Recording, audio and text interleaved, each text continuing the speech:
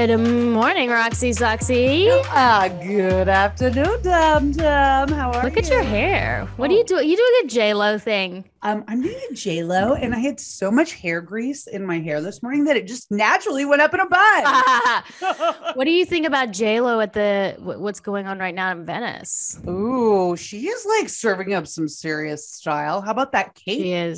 Cape situation, right? She is. I don't know if she ever gets Mm. older. Like, I don't really understand it. Like, what trickery is going on or what surgery is going on? Like, how do you look that good in your 50s? I mean, is it genetics or is there a little something going on there? Well, inquiring minds want to know because it's like time doesn't even move with her. Like, it doesn't even. No. She looks the same as she did when she was 25. Like, she does not change.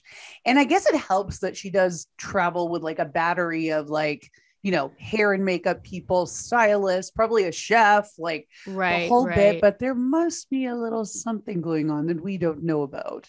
Well, here's the thing. When they show pictures of her, just like a fan taking a picture, she does look a little different. So there is a lot of filtering going on, I still think, and a lot of Photoshop. And what do you feel about that subject? Like, I posted on my social media, on my stories last night, they showed all these models like looking beautiful in their campaigns, and then they took the filters off and they took the Photoshop off them, and they just looked like, obviously they're very beautiful girls, but their skin looked regular. Like, they had spots, some had wrinkles, some had sagging areas, some had discoloration.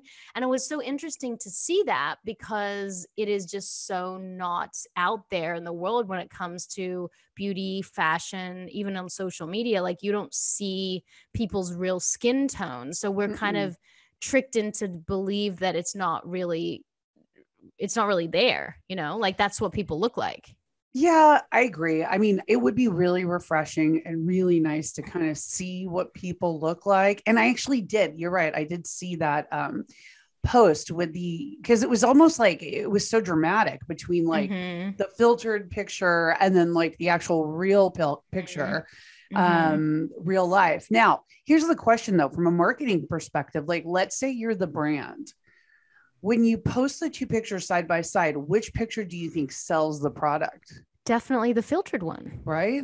Yeah. Definitely. Yeah. And that's also the question about like, designers have come out and said, like, when you have people on the runway, when you have models on their runway, clothes, like they want clothes to look a certain way because it sells more. Now that is that's what they said, not what I said, but it's a bigger conversation about what do we find beautiful? Do you know what I mean? And like, I agree with you. I want to buy the makeup on the filtered person's face because I'm like, oh my goodness, I want to look like that. So why do we feel that way? And what do I need to do personally to not be like, oh, I want to look better, and so I'm going to buy a product because I'm buying it from something that isn't even real in the first place?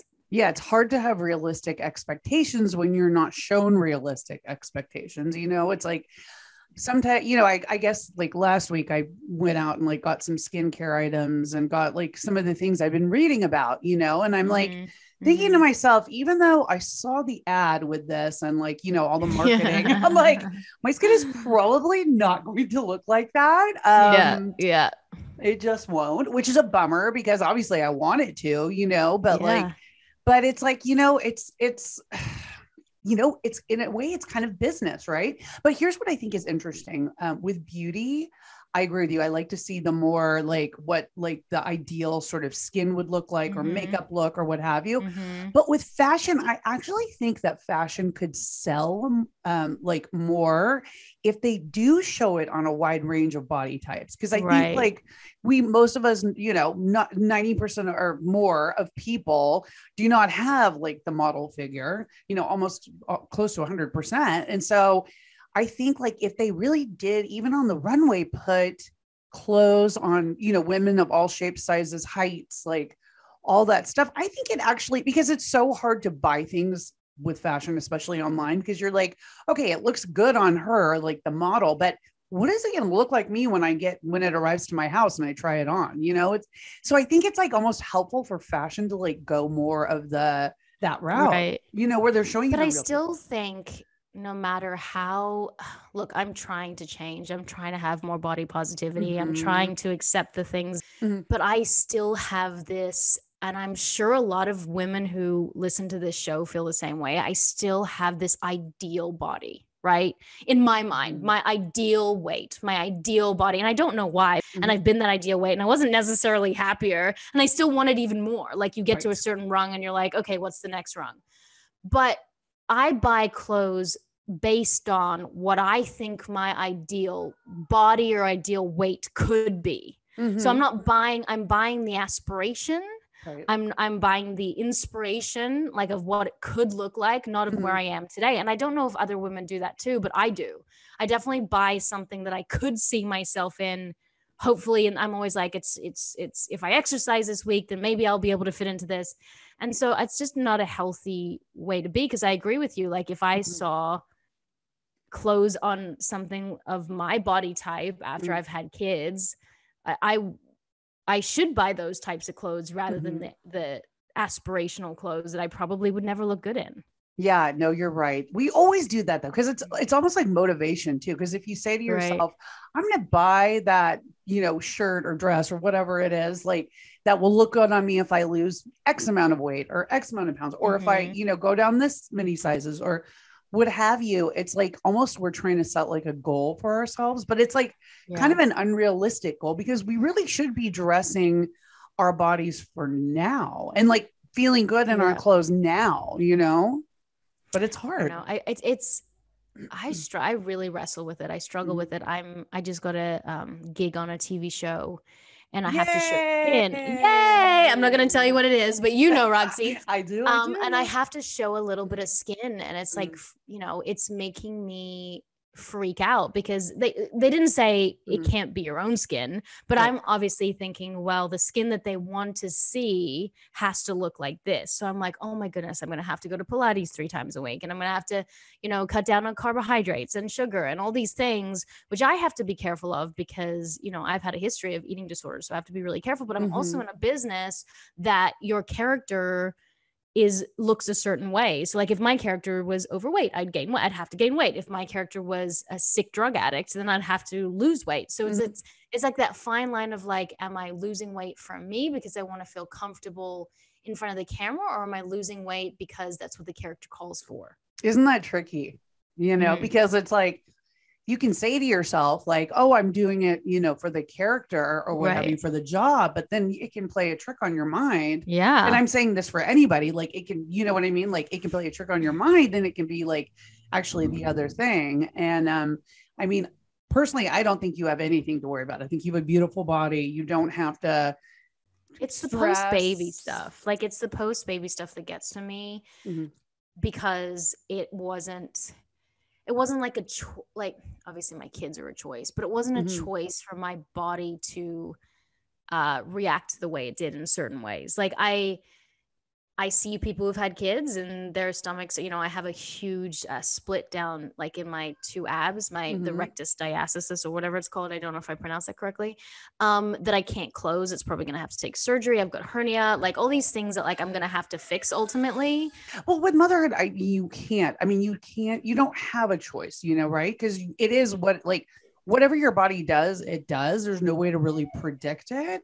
And can I tell you something? Like that was actually one of the big reasons why I never really, why we put off having kids for so long, or I put off having kids for so long, was because of what I thought could possibly do to my body, like thinking, oh my God, do I want to do this? Like, not only does delivery and sound not fun, and, and we didn't even have vaginal births, which is, again, I think C-sections are just as difficult, but, I know a lot of women who say, they DM me all the time and they're like, my pelvic floor is just ruined. Like I pee myself all the time. See, we've never had to experience that. So I don't even understand that whole world where like you jump up and you pee. Like that must be, it's soul crushing in a way to be like sitting at a restaurant and like peeing your pants, or not being able to go on a trampoline with your kid. Like there's so many things that birth does to your body.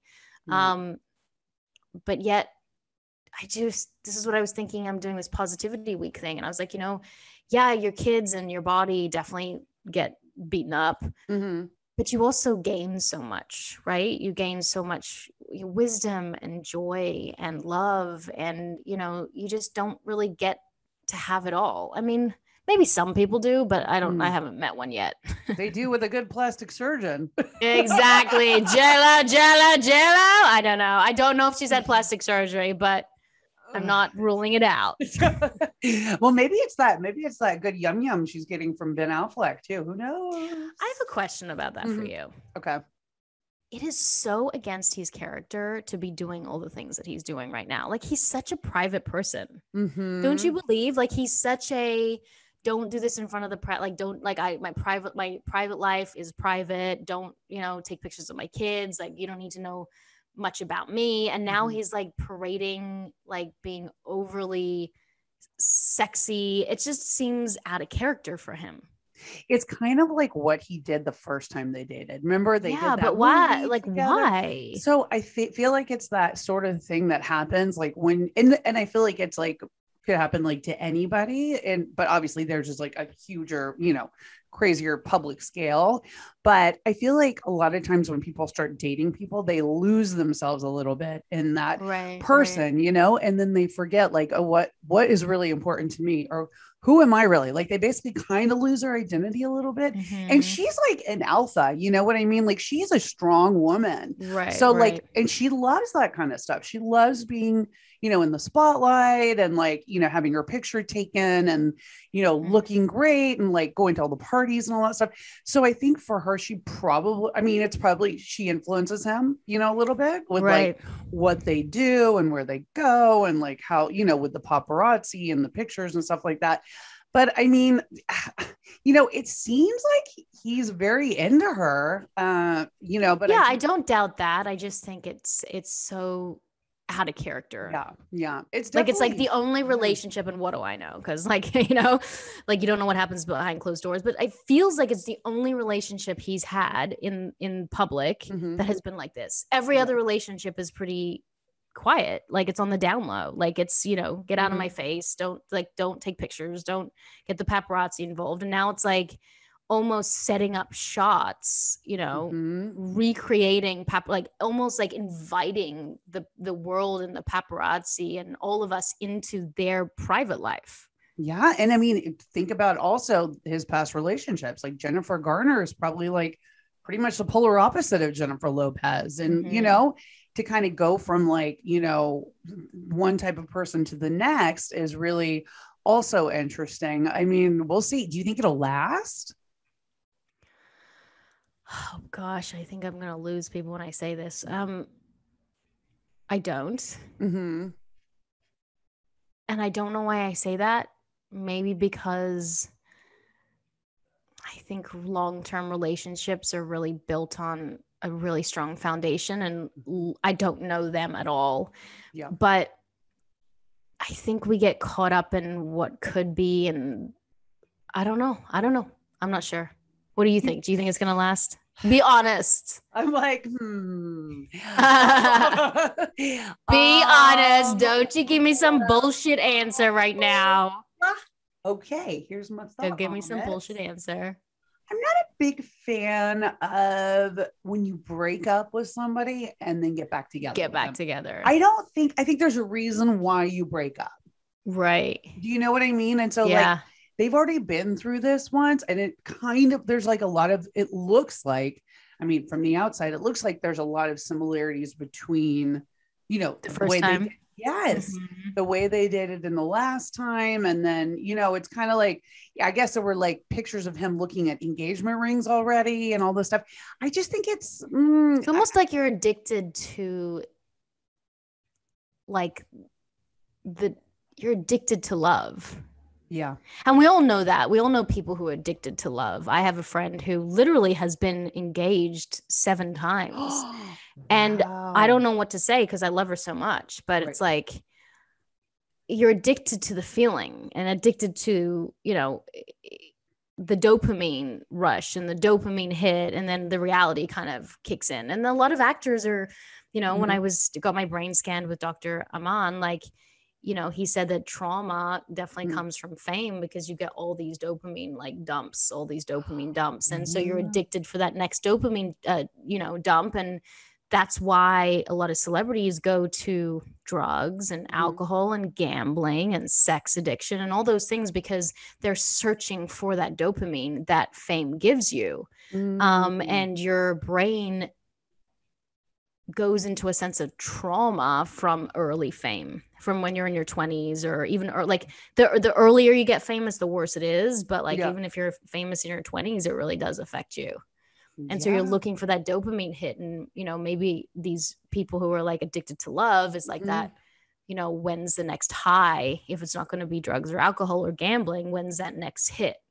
That's so interesting. That makes sense though, because if you've had so many marriages, especially, you go through the whole, you know, process and like the wedding and the whole bit, and then it ends up, and I know some marriages just end up in divorce, but if it's like something kind of serial, that would kind of is an interesting explanation for it. I could see where that would be, you know, like where once the newness wears off, then it's like time to move to the next.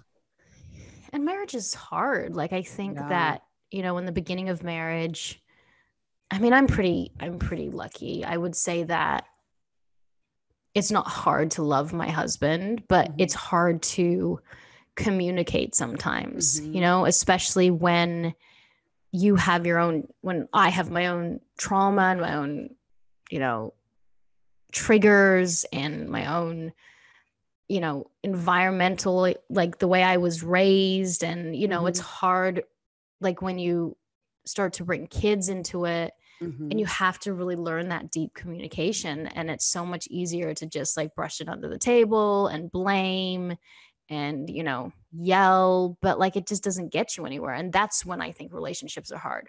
Relationships are hard when you have to sit and look at yourself in the mirror and go, oh, I have to fix all my trauma, and my partner has to fix all his trauma. And then we can come together and have a conversation, because it's really hard to like bleed all over each other, you know, like what's that saying that like, be careful of the person who didn't cut you to bleed all over them, something like that, you know? Yeah, you're right. If you don't fix the thing that cut you, you'll bleed all over the person that didn't hurt you, or something like that. Well, I think too, we're lucky to have husbands that, you know, go to, you know, have gone to therapy, like are open to it, are open to like, you know, working on themselves. But a lot of people out there have partners that aren't. And, you know, I was actually talking to my therapist about this yesterday, I think. And he, you know, he was just saying like, you can't look to the other person to like fix the problem. You first have to fix, you know, whatever, even if that other person like doesn't want to do anything about it. And that might be a bridge that you cross at some point, like down the road, like if you decide that it's not working or what have you. But he's like, no matter what, like always start with yourself, like always fix what you need to fix going on inside of you, because it doesn't matter if that person fixes themselves or not, because if you're not fixed, it's still going to be broken, you know? Yeah. So I think acceptance too. It's like, you expect other people to change, and a lot of the times they don't. And so it frustrates you and it throws you off. But at the end of the day, it's like you can't expect someone to be molded into the vision of what you want in your life, you know, like, sure, there's some non-negotiables for me. And that's obviously, you know, I don't want to be with someone who's violent. I don't want to be with someone who's violent with my kids. I don't want to be with someone who is a name caller. I don't want to be with someone who doesn't have the same foundation when it comes to my belief systems and how I want to raise my kids. So there's like non-negotiables, but all the other stuff is like these, you know, fine tuning of like a human being that we can't fix for them. Like we can't fine tune someone. They have to fine tune themselves. Yeah. You know? And so it's acceptance. Like there's things in my relationship that annoy me, but are never going to change. So it's like also pick your battles. Yes. Right. So like, are you fighting? Why are you fighting over the fact? I mean, let me figure out an example. Like what annoyed me? Okay. Today, what annoyed me today, we have to ship stuff from the US to Australia. And I just wanted my husband to ask the postal place if they could tell me what it was like if we shipped it this way or that way. And he said, well, they don't do that, you know? And I said, well, can you ask them, you know? And he's like, well, they just don't do that. And I'm like, that started to get me so angry and so frustrated because I felt like I couldn't control it. And one of my biggest issues is lack of control. But you just got to pick your battles, and you got to realize that like sometimes like, okay, if he's not going to get the answer, then I need to pick up the phone and get the answer myself. Stop leaving it up to someone else. Yes, it's interesting. You know, another thing I was talking to you about my therapist is like, finally, he just said to me, people don't change. Like, he's like, bottom line is people don't change. Like, so you either accept them for who they are, you know, and deal with it and like move on, or you don't, you know, and he goes, and that goes for you too. Like, you know, he's like, you're not going to change. You can't expect other people to change. I mean, other little things, fine, but like, not like, you know, they're going to change their entire you're fundamentally who you are is not going to change. But I do believe in growth, and I do in the things that like there's some things within myself that I need to change and be better at. But I think fundamentally who you are as a person is pretty much, once you get to a certain age, is pretty much set in stone. Like if your husband falls asleep watching a movie every night, like it's not like one day he's going to be a night owl. Like it's just never gonna, like that's who he is. So you just accept if he's a meat eater or he's a vegan or he likes to eat sugar. I mean, sure, he can try to better himself if you want him to, but that's just who he is. Yeah. You know, and he can try, but you can't make it happen. Yes. And I've learned through this whole therapy process that like, I'm happier when I don't try to control it. You know what I mean? Yeah. When I say, okay, it's going to be what it's going to be, you know, and it's like, he's going to do what he's going to do. You know, I'm going to do what I'm going to do. And obviously, like you're saying, like work for better and like try to improve. But like the more I like let go of like, you know, just trying to control everything, the better I felt and the happier. And you know what?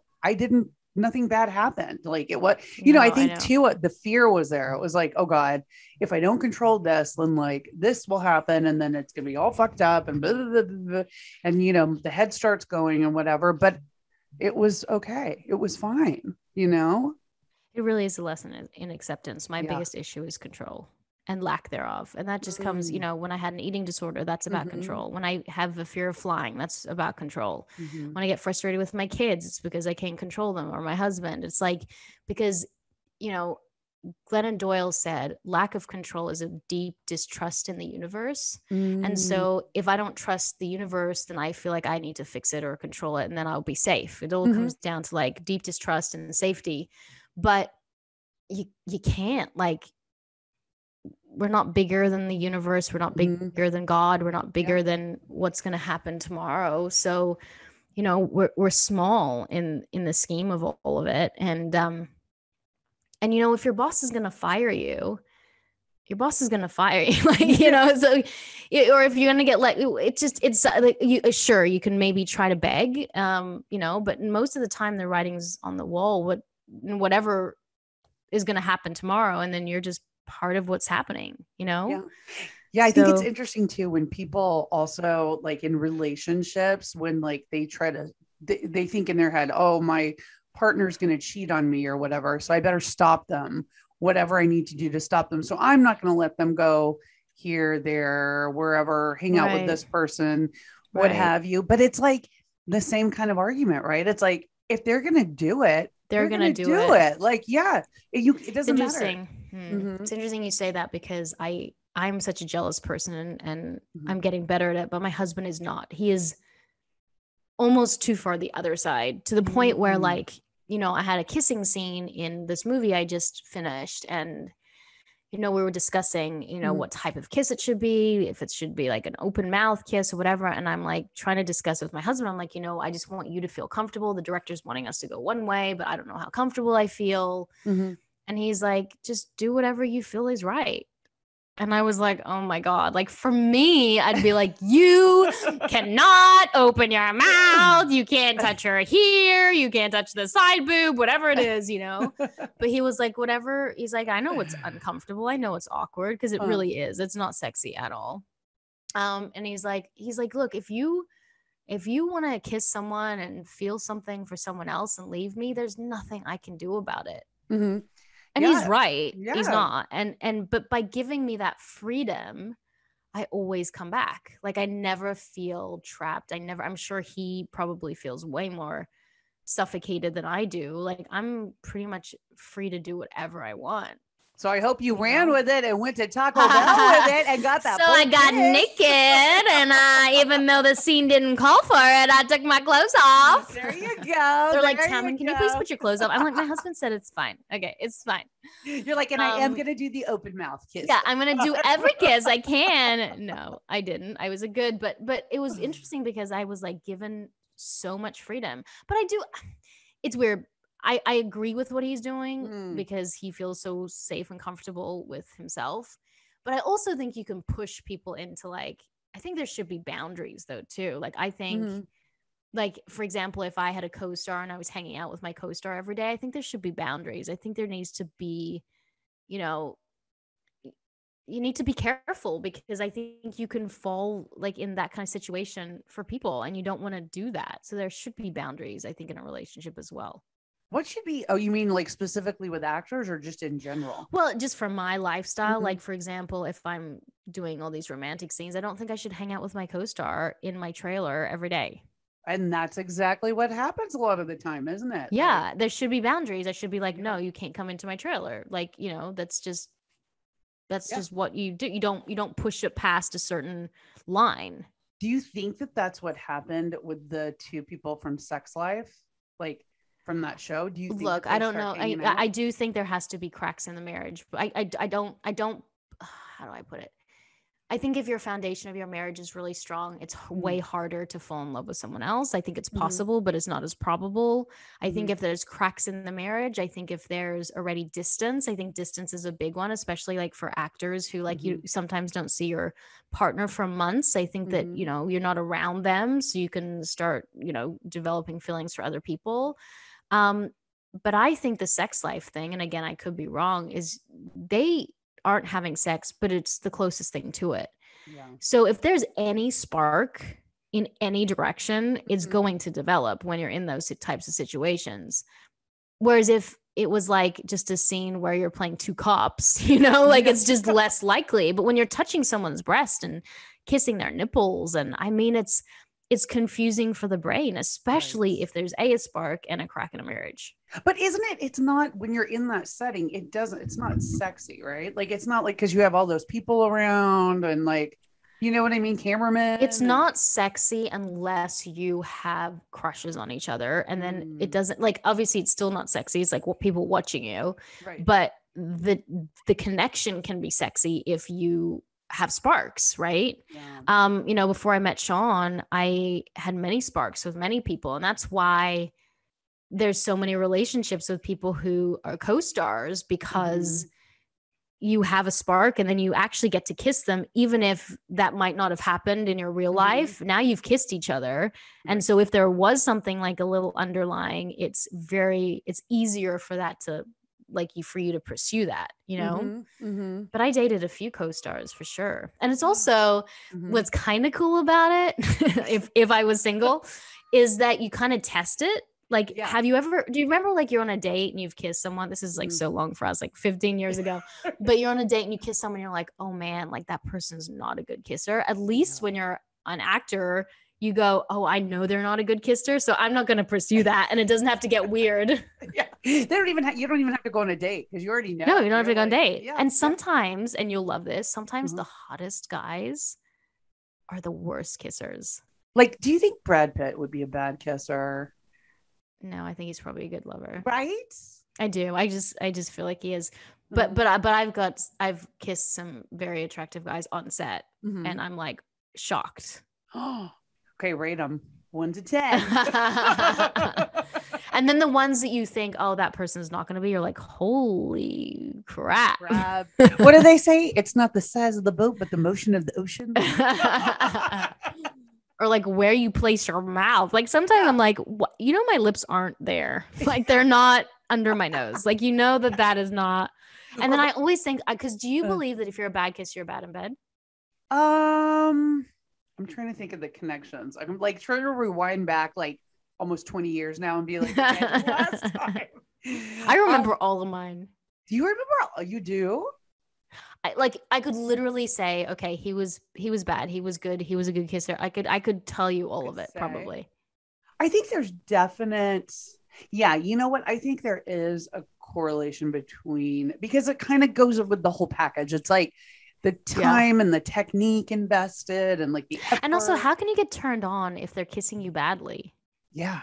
Like you're kind of like, please. The whole time you're like, ew. Yeah. Yeah. You're like, it's okay. You can just stop now. Go. It's true. I also think it's so interesting, like that some guys can be so good and others can be just so not. Like, I feel like the woman should have said something. Yeah. Like they should have picked up tips along the way, right? Yeah, you should have been like, But some guys do not want to hear their critiques, because when I think back now, I'm thinking about like some people, and like I remember this one. You're out of your 960. Yeah.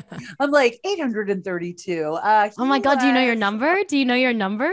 I don't think I do. Roxy. You? Yeah. You know your exact number. Exact. Like how though? Because my number is the same as Sean's number, because he was married for 10 years before me, because we're 10 years different. So he was married for 10 years before me. So the two of us have only had, I was only sexually active for 4 years before I met Sean. For 4 years. And then I was with Sean, and then that was it. So I've been with one person. You told me you did a lot of damage in those 4 years. I did not. You said every Jonathan in LA. Oh my goodness. I said every J name. I didn't say Jonathan, but every J name. Yes, there was a few J's in there. But who doesn't know their number? Everyone knows their number. I don't know my number. Like, honestly, I should really put down pen to paper and be like, okay, let's like put the number. I mean, I guess I have like a rough guess, but I don't know the exact number. Mine's pretty low. And again, because it's only 4 years. Right. But what is low? Isn't that relative? Low meaning like I remember all their names, Roxy. Jonathan, James, Jake, Jason. No, there's not that many. And then there's a few that like you're like, oh, that doesn't count. Yeah. Like, no, that doesn't count. Like, that's not fair. You don't want to add that one. That seems like an accident. Yeah, just the tip does not count. I mean, oh my God. We can't even we shouldn't even like half the people are gonna be like, we can't believe they're talking about this. Although if they're listening at this point, we feel like they're pretty much heard it all. Yeah. Pretty much invested. Yeah. Yeah. Just the tip I feel like does not count for so numbers. You add that to your number. No, I'm not adding it in. Doesn't matter. You can't remember their names or your number anyway. So it's fine. It's all good. And is David high up there? No, because he's been with you. How long have you been together? 15 years. Yeah, we were married. 2005. So we celebrated 16 years married this year, but we met 2 years before that. So 16, 17. Okay. So together, 18 years. But you have to remember, he lived in New York for like all his pretty much single years. Like, so you can do a lot of damage in New York City. Oh, yeah. You know what I'm saying? I know what you're putting up, and I'm slamming it down. I guess my advice, like, what would my advice be to myself? Like, my advice to my younger sexually active self would be like, I feel like there's a couple of incidences where I felt forced into, like, they didn't force me. It wasn't like you must do this. Mm-hmm. But I felt sometimes I was in awkward situations that I felt like I had to do had to be sexual in some way, not like full-blown sex, but had to be sexual in some way, because I felt like, you know, we're here and like I don't want to make them angry or offend, like, and that's kind of a bigger conversation about women in sexual situations where, you know, again, I never felt like I was in danger, but I did a couple of times feel like this is kind of what I had to do, because like I didn't know what else to do. I didn't know I could just say, hey, I'm just not really into this right now, I'm leaving. Do you think that that's because of the time when it happened, as like then as opposed to 2021? Or do you think it's like age I think too? it's Like, maybe, because but I think it's maybe it's age, but it's also, I right? think it's like programmed into women to be, and this is not, I'm not even meaning this sexually, but like pleasers, right? Just make sure we keep everything copacetic, not make a noise, not say anything, don't offend anyone, you know. But yeah, I felt like there's a few times where I would have just have preferred to have said, hey, not today, not tonight. I don't know you that well. Like I've been on like dates with you, but, and yeah. And that does, it also comes with age. Like, again, I hope nothing ever happens to my marriage, but if I was back in the on the market, I would be able to, I probably wouldn't say no, because I'd be like, it's all I'm going to get. You get what you get and you don't get upset. I will not be sending this one back. Yeah, I'll be like, well, it's been a year. So maybe my options would be a little less. But if I was in a situation, I guess, and I didn't want to be there, I'd just say no. No. Yeah. Whereas I didn't as much back then. Yeah, I think you're right too. I think it was like maybe too like a newer, especially when you're kind of growing into your like sexual like age and stuff like that. It's like a newer experience and you're kind of trying to figure it out, and you're like, what are we doing? What am I doing? And there is that pressure sometimes. I totally get that. Like, especially when you're younger like that, you feel like, I don't even know if it's like, yeah, you're definitely trying to, you know, the pleasing aspect comes in. It's almost like you feel like you owe it to them. Like if you went on a date, like, you know, like they took you to dinner and you're like, well, I guess this is what's supposed to happen next. I guess they paid for my edamame. My miso soup and my edamame and my, what did we always used to get when you're young? You get edamame and like the fish, the sashimi, because you don't want to gain weight. Sashimi, edamame, miso soup, and a martini. All the like, necessary now I gotta get naked. Now I gotta get naked. Oh my God. Well, speaking of that, oh yeah, have you heard about what's going on in my home state of Texas? Not good. As of today, the Texas Supreme Court has decided that abortions past 6 weeks are banned for the most part. Interesting. And that includes cases of incest, rape, and you know, traumatic. What about like if the child is not going viable to live?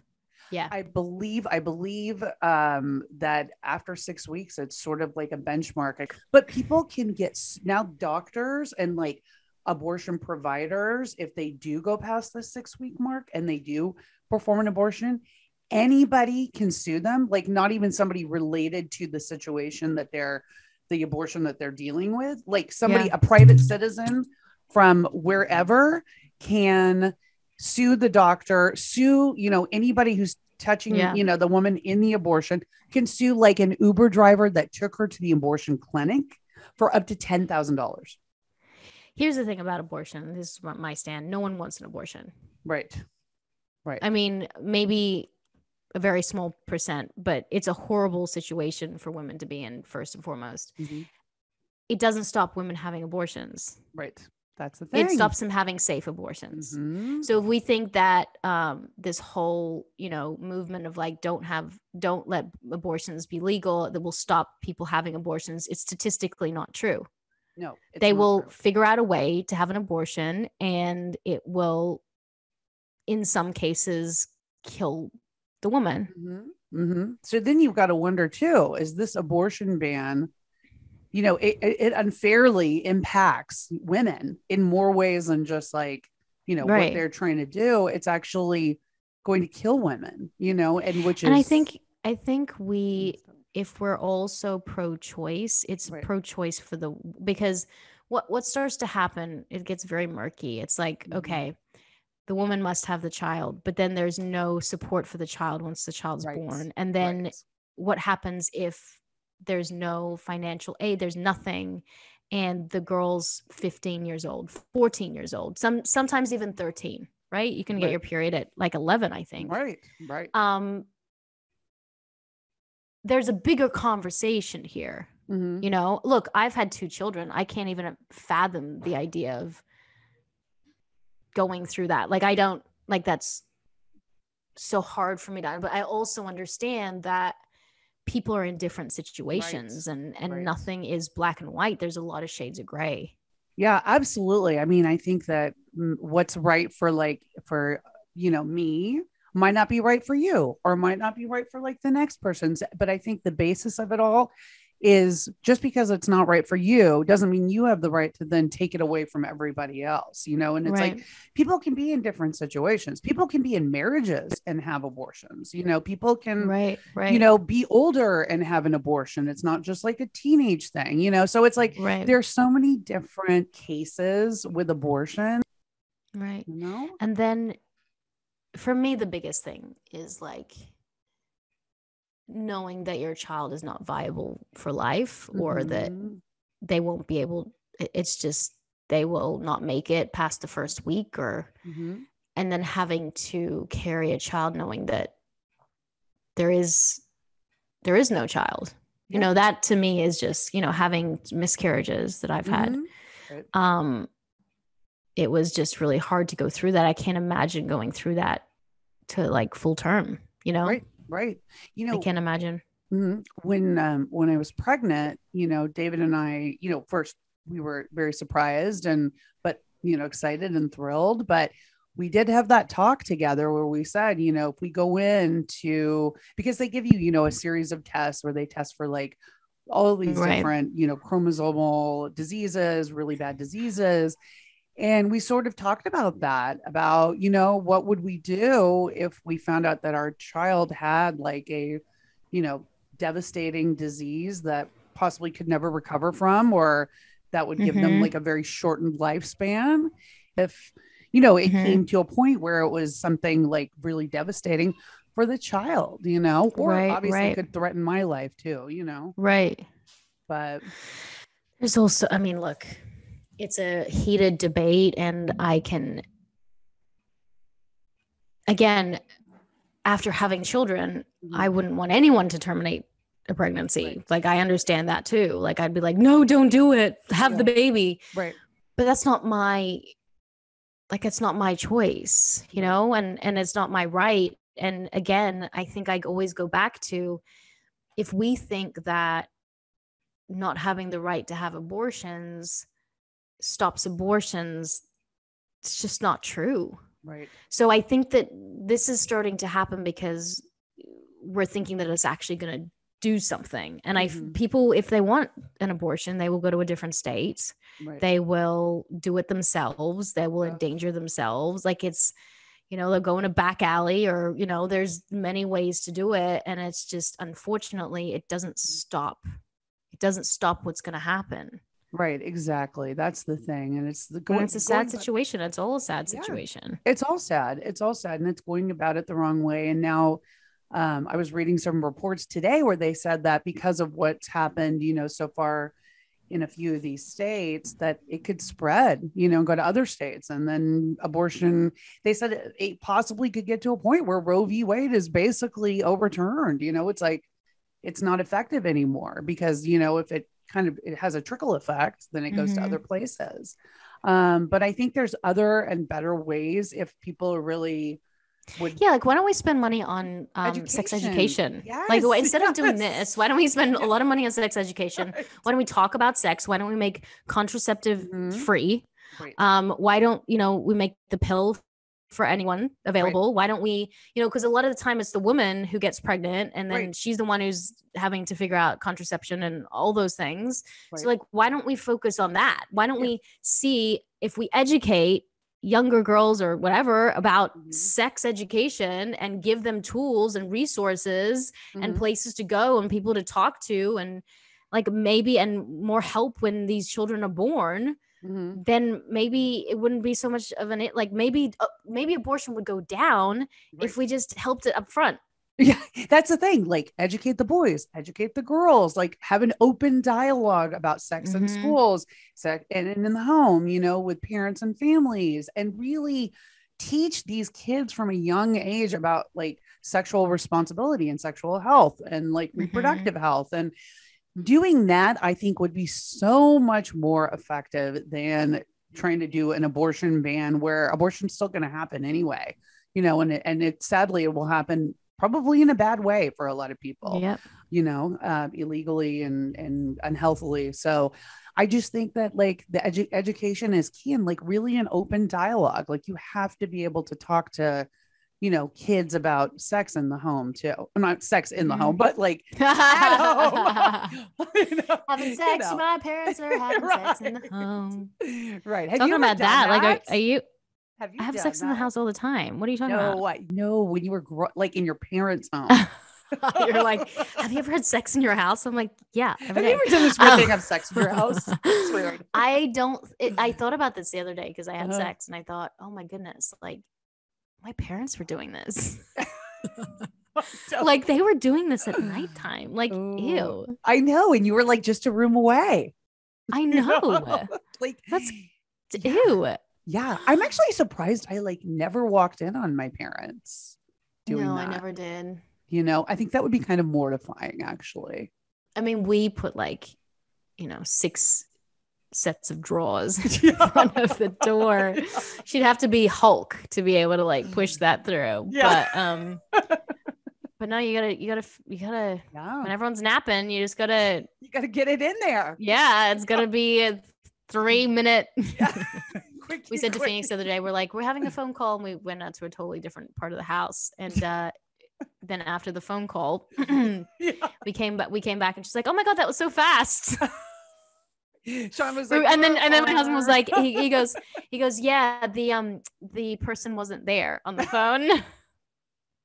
The person wasn't available. Oh my god, that's hilarious. She's like, that was like 30 seconds, okay? She's like, oh my god, I thought it was gonna be longer. Sounds like, we're like, okay. I think it was my fault too, to be quite fair. It was just like, okay, we're good, we're done. Yeah. Well, you got it. I mean, especially when they're awake and at home, you have to like really. Oh, it's like a 3-minute ordeal there. There's no long, you know. No, they ain't no. Oh my god, you remember I was telling you when like I guess the last time we did it like what was that? Yeah, that was like a week and a half ago, and we did. You know, our daughter was texted me. You remember I texted you? She was Roxy texts me after she has sex. Like literally, she's like, "We just had sex." I'm like, "Yay!" Like, I didn't slip on sperm again. Woo! I was like, "Thanks for the info." I'm like, just thought you'd like to know. Yeah, I'm like, great, just making some peanut butter sandwiches. Yeah. Oh my god, it was so funny. We walk out and our daughter was in the front room to begin with, but then she had migrated like during this time to like the dining room, which was like literally across the hall. I'm like, oh god.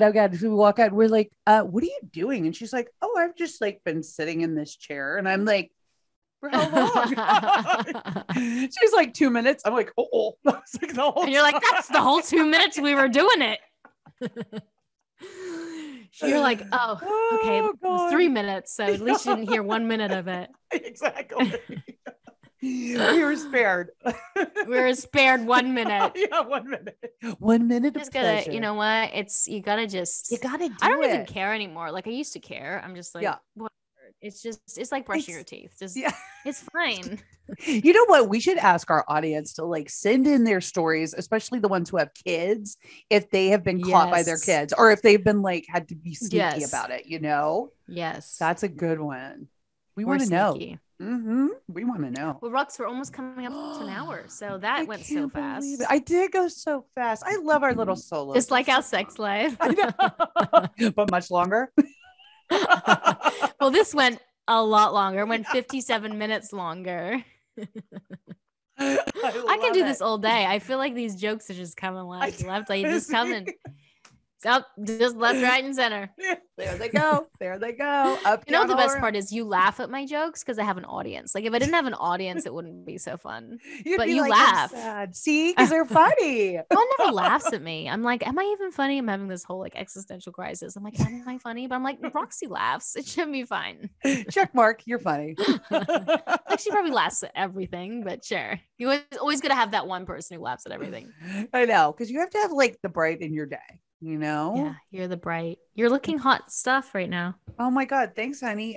Again, this hair grease is doing wonders. I might just keep this oil in all the time. Very jello, very jello. See, like J-Lo. I like that. Just manifest yourself in the Venice Film Festival. Oh yes, right there. Venice Film Festival cape. Let's go. Well, guys, thank you so freaking much for listening. We've had so many questions lately, so please send in any questions, or maybe we'll get some of our guests to come on the show. Maybe ask live. Yeah. This sounds very good. And guys, I'm like yawning. I'm like, guys, don't forget to follow us on Women on Top Official on Instagram. And Women on Top Podcast on Facebook, and the Women on Top group on Clubhouse. And remember, guys, we need you guys to rate, subscribe, and yes, I don't think people understand why we asked that. We asked that because it bumps up our podcast so people can find us easier. So if you rate, subscribe, and comment, bumps us up higher, and we can, the more people who listen to this, the more available we'll be able to be to like actually tour and go meet some of the peeps who listen. Don't you want to see us in person and hang out? Don't you want to? Don't you want to? Don't you have a girls' night with us? Drink some wine. Yeah, drink wine and talk about 3-minute sex sessions. Because we know you guys are out there too, doing it for having 3-minute sex sessions. It's all about the threes. It's all about the threes. Okay, guys, I gotta go and deal with my family. But I am Tammin Sursok. Don't you forget it. And I am Roxy Manning. Put it in your speed dial.